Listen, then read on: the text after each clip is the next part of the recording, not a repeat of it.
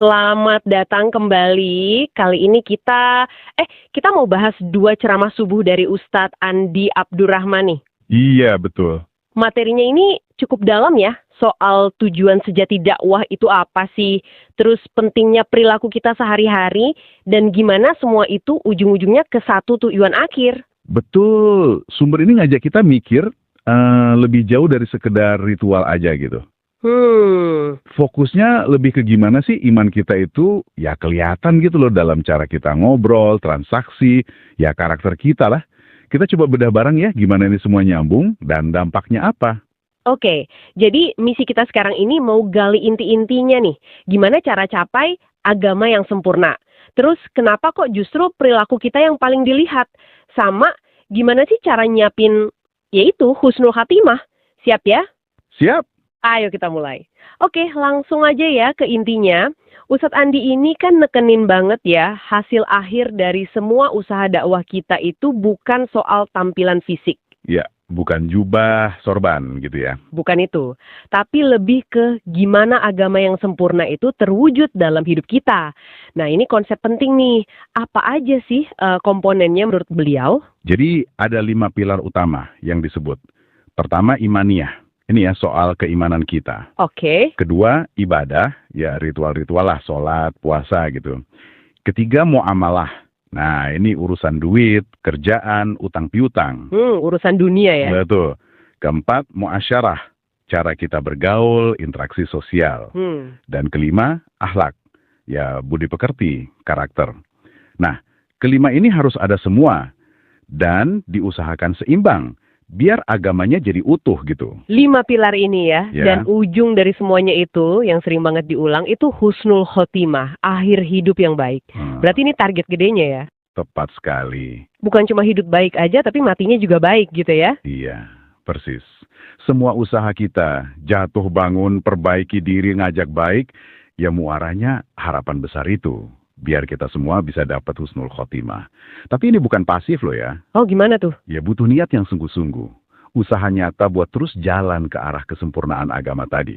Meskipun ya kita sadar banget lah, masih banyak kurangnya. Tapi yang penting arahnya jelas, ada usaha ke sana gitu. Nah, ini nih, ada satu poin yang menurut saya menarik banget, mungkin agak kaget juga. Dari 5 pilar tadi, kata Ustadz Andi, yang paling sering dilihat dan dinilai orang lain itu justru cuma 3. Muamalah, muasyarah, sama akhlak kita. Iya. Kenapa gitu ya? Kok bukan iman sama ibadah yang jadi sorotan utama orang? Gini, logikanya begini. Imaniyah sama ibadah itu kan wilayah hubungan kita sama Allah langsung ya. Vertikal gitu ya? Betul, hukukullah, haknya Allah. Kualitasnya gimana, dalamnya gimana, ya cuma Allah yang paling tahu kan. Kita mungkin kelihatan khusyuk sholatnya, tapi hati kita gimana? Siapa yang tahu? Iya juga ya. Nah, sebaliknya, muamalah, urusan kerja, bisnis, utang, muasyarah, cara kita gaul sama tetangga, teman, sama akhlak, jujur nggak, sopan nggak? Nah, itu kan cerminan langsung iman kita ke sesama manusia. Hukukul ibad. Oh, hak sesama hamba. Ya, nah krusialnya di sini. Kalau kita salah di hukukullah, misal kurang ibadah sunnah, kita bisa langsung minta ampun ke Allah, tobat sungguh-sungguh, insya Allah diampuni. Tapi kalau salahnya menyangkut hukukul ibad, kita bohong pas jual beli, nyakitin tetangga, utang belum bayar, nah itu butuh dimaafin sama orangnya langsung. Wah, repot ya. Makanya, 3 ini jadi kayak etalase iman kita di mata orang banyak. Sampai ada kapal itu ya, tablik mahjubun bi ahli tablik. Dakwah bisa terhalang sama perilaku orangnya sendiri. Betul banget. Orang bisa jadi tertarik atau malah nggak suka sama Islam gara-gara lihat kelakuan kita sehari-hari. Wah, ini tanggung jawabnya gede banget ya. Gede. Perilaku kita jadi wajah dakwah itu sendiri. Kalau kita lihat sejarah deh, para sahabat Nabi itu nyebarin Islam kan nggak cuma ngomong doang. Terus gimana?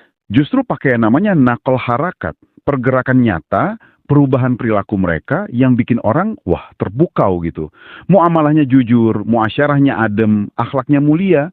Itu yang bikin orang nanya, ini agama apa sih kok bisa bikin orang jadi sebaik ini? Daya tariknya di situ ya? Di situ. Nah, soal muamalah nih, ada contoh spesifik soal pentingnya punya kerjaan buat seorang karkun. Ini istilah buat penggiat dakwah itu ya? Iya, betul.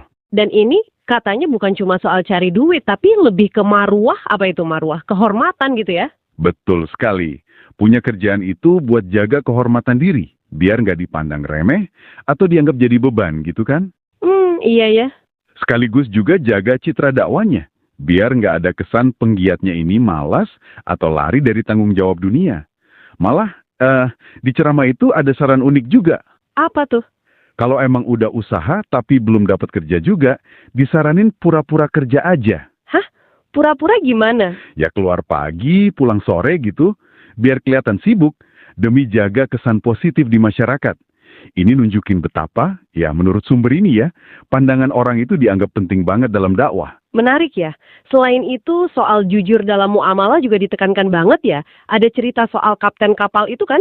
Oh iya, yang bingung balikin teropong perusahaan yang udah bangkrut itu ya? Iya. Sama soal sisa minyak kapal yang dia rasa bukan haknya. Padahal nggak ada yang tahu. Ini tingkat hati-hatinya luar biasa banget ya. Iya, itu contoh nyata muamalah yang dasarnya takwa. Takut sama Allah, dan hati-hati banget sama hak orang lain sekecil apapun. Karena diyakini, sumber rizki yang gak halalan toiban, halal dan baik, itu ada dampaknya. Dampak apa? Salah satunya disebut bisa ngaruh ke istri dan anak jadi susah diatur, gak taat gitu. Ada semacam, ya keyakinan lah, koneksi antara halalnya rizki dengan solehnya keluarga. Nyambung nih soal keluarga, ini juga dibahas banyak ya. Ada ide soal bawa pulang harta kekayaan dari Khuruj. Khuruj itu kan keluar dakwah beberapa waktu ya. Betul. Hartanya apa nih? Emas? Bukan harta fisik. Harta di sini itu kondisi hati, kondisi jiwa yang positif, yang biasanya didapat pas Khuruj. Ya, kayak hati lebih tenang walau masalah banyak. Iman rasanya naik, ibadah enak, semangat belajar agama, zikirnya khusyuk, mungkin jadi rajin tahajud. Nah, kenikmatan rohani ini, katanya, bisa muncul karena pas Khuruj itu hidup diatur bareng-bareng lewat musyawarah. Diskusi gitu ya? Iya, dan ada semangat samaan wa ta'atan.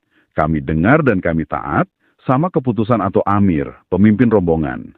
Nah, suasana bagus inilah yang diharapkan bisa dibawa pulang ke rumah. Terus di mana cara bawanya? Kuncinya apa? Penekanannya di peran suami sebagai amir di rumah, pemimpin, dan pentingnya istri itu taat, patuh. Malah ada bahasan soal kenapa Quran pakai kata azwaj, pasangan, buat istri Nabi, bukan cuma imra'ah, wanita atau istri biasa. Kenapa emang? Katanya, itu nunjukin kesatuan arah, satu tujuan. Bukan sekedar status istri aja, tapi benar-benar partner seiring sejalan. Oh, jadi tujuannya biar keluarga itu jadi sepasang ya? Satu visi, satu misi, satu risau atau kepedulian. Tepat. Biar suami istri bisa saling dukung penuh buat kebaikan. Termasuk soal didik anak misalnya. Biar nggak tarik-tarikan ya? Nah, itu dia. Kalau nggak sepasang, bisa aja ayahnya mau anak jadi hafiz, ibunya ngotot mau jadi dokter aja. Kan repot. Tujuan baik jadi susah kalau fondasinya nggak satu arah. Ada contoh dari Pakistan atau India gitu ya soal ketaatan istri yang katanya tinggi banget di sana. Ya, disebut gitu. Dan menurut sumbernya, ini bikin gampang negakin agama di rumah. Sampai diceritain istri-istri para masyayikh, ulama senior, bisa didik anak jadi ulama hebat, padahal suaminya sering khuruj berbulan-bulan. Wah, berarti peran masturat, dakwah buat perempuan dan peran istri sebagai pendukung utama ini vital banget ya? Banget. Jadi, ngebina istri biar jadi partner dakwah yang sevisi, taat, suportif, itu tanggung jawab suami juga. Kalau gagal di sini, wah, konsekuensinya dianggap serius. Seserius apa? Sampai disebut, persidangan di akhirat nanti yang paling berat itu soal keluarga. Kenapa? Karena, ya keluarga kita yang paling tahu borok-borok kita kan? Iya juga ya. Mereka bisa jadi penuntut utama kalau hak-hak mereka, termasuk hak dapat pendidikan iman yang benar, nggak kita kasih. Ngeri juga ya. Ngeri. Oke, kita geser dikit ke upaya dakwah yang lebih luas. Ada kayak kritik gitu ya. Dakwah di Indonesia kadang masih kurang greget main-main. Otokritik mungkin ya. Iya, otokritik. Salah satu sebabnya disebut iman suasana. Iman kuat pas lagi kumpul aja. Pas balik ke rutinitas, melempem lagi. Iya, fenomena itu disebut. Solusinya gimana menurut sumber ini? Fokusnya ke ningkatin kualitas amalan dakwah. Bukan cuma jumlahnya. Mau yang makomi, lokal, atau intikoli, keluar daerah. Nah, salah satu cara yang paling ditekankan buat bangun iman yang kokoh, yang gak goyah sama suasana, itu menghidupkan kalam dakwah. Kalam dakwah, maksudnya kita ulang-ulang kalimat kunci soal kebesaran Allah gitu. Kayak Allah maha kuasa, makhluk nggak kuasa apa-apa. Gitu. Persis. Allah pencipta, pemilik, pemberi rezeki. Allah maha dengar, lihat, tahu. Itu diulang terus. Seberapa sering? Dicontohkan minimal 25 kali sehari. Bisa buat diri sendiri, ingetin teman sesama jamaah, atau ke orang lain pas ketemu. Ya tentu dengan izin dan cara yang baik ya. Tujuannya apa sih diulang-ulang gitu? Buat bangun yakin, keyakinan mantap, bangun tawakal, pasrah sama Allah, bangun takwa, takut sama Allah. Biar itu semua meresap ke hati. Jadi iman kita nggak tergantung charger suasana lagi. Kan ada ayatnya, وَرَبَّكَ فَكَبِّرْ, Tuhanmu agungkanlah. Oh gitu ya, terus-menerus mengagungkan Allah di hati dan lisan. Betul. Selain kalam dakwah itu, ada saran praktis lain buat ningkatin kualitas amalan, kayak taklim gitu? Kada. Soal taklim, sesi belajar bareng itu, disaranin waktunya pas habis aktivitas dakwah. Biar lebih seger, bukan habis tidur. Terus jaga adabnya, duduknya iftiros kayak pas sholat, fokusnya dijaga, tawajuh. Detail-detail gitu dianggap penting. Kecil tapi penting ya? Iya, termasuk juga soal jaulah, kunjungan dakwah itu, yang disebut tulang punggung kerja dakwah. Harus disiplin ya? Disiplin tinggi. Malah dibilang, kalau ada salah prosedur atau ada pas jaulah, amirnya, pemimpinnya, jangan ragu buat ngulang dari awal. Diulang, wah. Bukan soal perfeksionis, tapi lebih kenunjukin keseriusan niru cara Nabi dan sahabat. Sekaligus ngelatih sifat taat sama aturan. Bukan nurutin maunya sendiri atau cari gampangnya aja. Kualitas prosesnya yang penting. Oke. Kalau kita balik lagi ke benang merah awal, soal tujuan akhir dan tanggung jawab nih. Ada penekanan kuat soal tanggung jawab pribadi ya? Iya. Dicontohin Maulana Inamul Hasan yang selalu bilang, ini pasti salah saya kalau dengar ada musibah nimpa umat Islam di mana gitu. Terus ada kaitan antara ninggalin dakwah sama munculnya pemimpin zalim. Gimana tuh? Sumber ini ngutip pandangan ulama, katanya kalau ninggalin kerja dakwah yang dianggap umul amal, induknya kebaikan, itu bisa jadi sebab Allah munculkan pemimpin zalim sebagai umul maksiat, induknya keburukan. Wah. Tapi ini bukan nyalain pemimpinnya doang ya. Lebih ke introspeksi. Kalau umat lalai sama tugas dakwahnya, ya kondisi sosial politiknya bisa jadi kurang baik. Jadi, fokusnya balik lagi ke perbaiki diri dan penuhi tanggung jawab dakwah. Karena tanggung jawabnya segede itu, makanya ada seruan keras ya buat para penanggung jawab dakwah, Jumaidar, Fesalat itu istilahnya. Iya, para pimpinan lah. Biar mereka ningkatin pengorbanan, waktu, tenaga, lebih dari standar minimal atau nisab yang biasa. Betul. Kayak 3 hari sebulan, 40 hari setahun, 4 bulan seumur hidup, itu kan standar minimal ya. Nah, para komandan ini dituntut lebih. Malu dong kalau pengorbanannya sama aja kayak prajurit biasa, padahal tanggung jawabnya lebih besar. Masuk akal?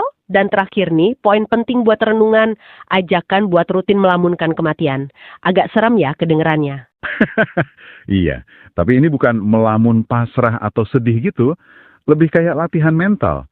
Refleksi aktif buat ngebayangin, ngerencanain, kita pengen mati dalam keadaan gimana sih? Cara praktisnya gimana? Apa harus lama? Gak perlu lama kok, cukup 2-3 menit aja setiap hari. Coba pejamkan mata sebentar, bayangin akhir hayat kita. Pengennya lagi ngapain? Lagi sujud, lagi zikir, lagi dakwah, atau na'udzubillah malah lagi lalai. Biar jadi motivasi ya? Iya, buat motivasi kita biar sadar ngarahin sisa hidup ini ke husnul khotimah tadi. Kayak mendesain kematian yang indah gitu. Oke deh, jadi kalau kita rangkum nih ya, obrolan kita dari ceramah Ustadz Andi Abdurrahman ini. Intinya, tujuan gede kita sebagai muslim itu mewujudkan Islam secara utuh, kafah dalam semua aspek hidup. Agama yang sempurna istilahnya. Iya, agama yang sempurna. Dan puncaknya itu ya meraih husnul khotimah. Betul. Terus perilaku kita sehari-hari, muamalah, muasyarah, akhlak, itu jadi etalase iman kita yang paling dilihat orang. Kunci banget itu. Buat dakwah dan citra Islam ya. Fondasi keluarga juga penting. Suami jadi amir yang bijak, istri jadi azwaj, partner yang taat dan dukung. Iya, biar suasana iman bisa dibawa pulang ke rumah. Terus, kualitas usaha dakwahnya juga kudu ditingkatin. Jangan cuma iman suasana. Caranya tadi. Perbanyak kalam dakwah, biar yakin dari dalam. Taklim sama jaulah juga yang disiplin, yang bener adabnya. Terus taat sama panduan. Dan ujung-ujungnya semua balik ke tanggung jawab kita masing-masing ya. Iya, tanggung jawab buat terus perbaiki diri, naikin level pengorbanan, dan sadar betul mendesain akhir hidup yang baik sambil ingat mati terus. Oke. Nah, mungkin sebagai penutup nih, buat kita renungin bareng-bareng. Kalau emang benar kelakuan kita sehari-hari itu adalah dakwah yang paling kenceng suaranya, yang paling dilihat orang, kira-kira pesan apa sih yang lagi kita sampaikan ke orang-orang sekitar kita tentang iman dan agama kita lewat cara hidup kita sekarang? Wah, pertanyaan bagus banget tuh, dibawa pulang. Oke deh, terima kasih banyak ya udah nyimak obrolan mendalam kita kali ini. Sama-sama. Sampai ketemu lagi di kesempatan berikutnya.